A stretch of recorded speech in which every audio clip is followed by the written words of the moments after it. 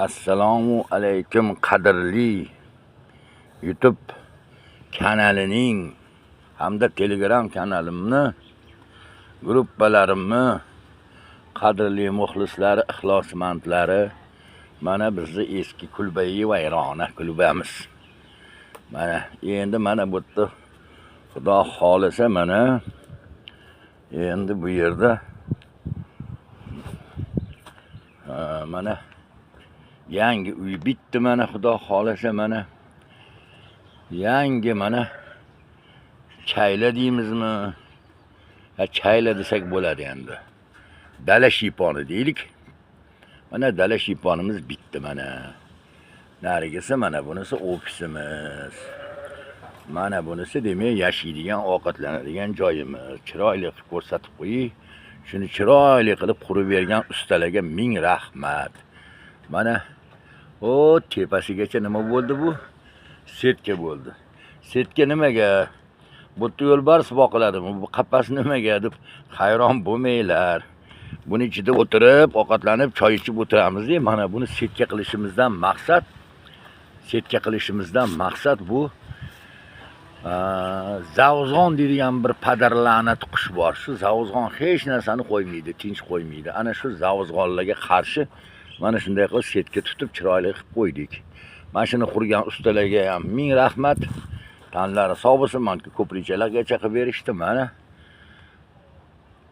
kimda kim agarda mana shunaqa dala shiyponni qurdirmoqchi bo'lsa, marhamat, o'zimizni madaniyatli, yonariq qishloqli, o'zimizni ixtiyor, sanatilla va sattoriy degan yigitlarimiz mana shuni qurishdi.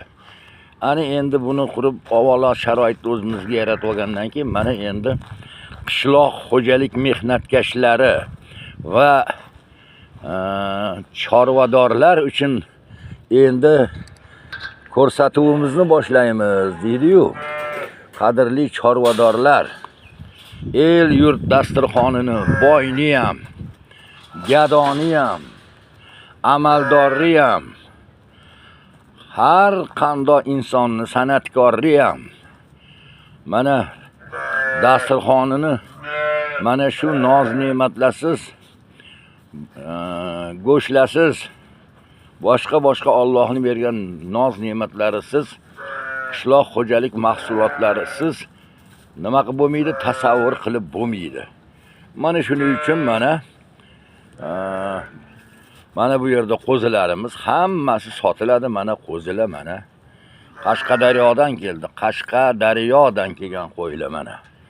Mana shu yerda hozir Xudo xolisa boshlanmasiga mana yemlari, mana boshlanmasiga Bismillahirrohmanirrohim deb mana 130 ta qo'y bilan boshladik. Mana bularni bolalarini ajratdik. Mana endi onalarni semirtiramiz. Mana qo'ylarimiz Qashqadaryodan kelgan qo'ylar. Mana bulari esa Buxorodan keldi mana bu qo'ylar mana. Mana ko'ring. Mana bu oxirlarni o'zimiz yasadik, arzon tushsin deb. Mana shu oxirlarni. Demak, mana shunday sharoit qildik. Buni oxirigacha Xudo xolisa davom etkazamiz. Mana shunaqangi kompleksdan. Demak, yana u yog'iga 4 ta tushadi. 3 ta, mana bashimdan ham 4 ta bo'ladi. Mana tepalari mana hammasi. O'shaning uchun mana shu qishloq xo'jalik mehnatkashlari bor ekan, chorvadorlarimiz, dehqonlarimiz bor ekan. Xudo xolisa el yurt dasturxoni to'kin, turmushlari farovon bo'ladi. Shuning uchun Sherali Jo'rayev rahmatlining ashulasida bor edi. Chorvador deganda buyuk tog' eslanar.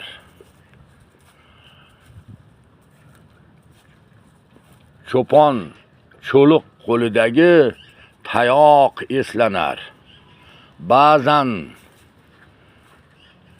mehnatkashlarning mehnati qolib, ba'zan chorvadorlarning zahmati qolib, barra kabob, qimiz, qaymoq eslanar deydi.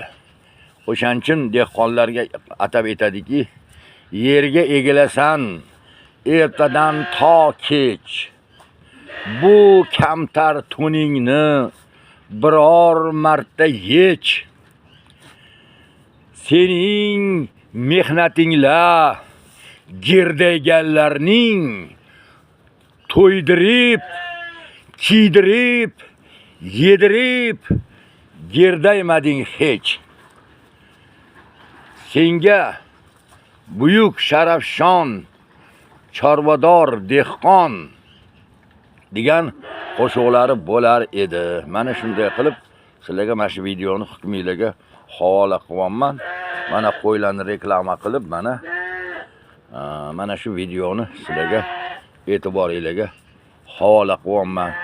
Bu demak bog', mana bog'. Bog'ni o'rtasida chorbog' deydimi? Bog'ning o'rtasida ferma mana qurildi.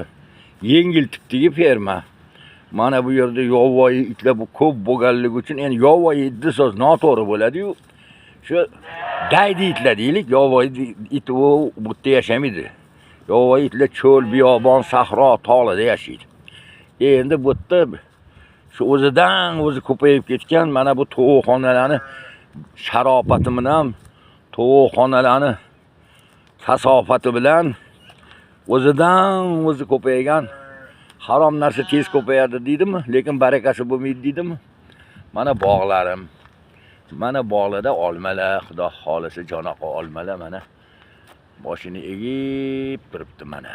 Dorilarni sepdik, bugun yana bir dori sepamiz, zaharli dori.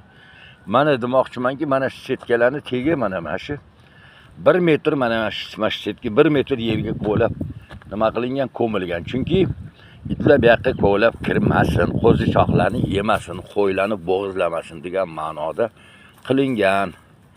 Mana sizlarning e'tiboringizga mana shu videoni havola qilib qo'yay dedim.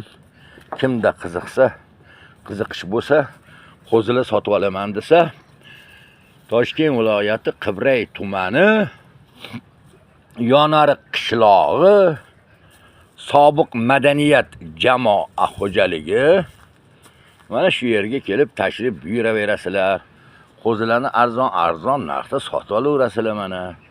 Boqaman desanglar, jiddiy ishqiboz bo'lsanglar, domda tursanglar, balkonda boqishga imkoniyatingiz bo'lmasa, yo bir ancha pul yig'ib qo'ygansizlar, shu pulni qayerga sarf qilishni bilmaysizlar-da. Bir savobli ishga men ham qo'l uring. El yurtni dasturxoniga nima yetishtiring.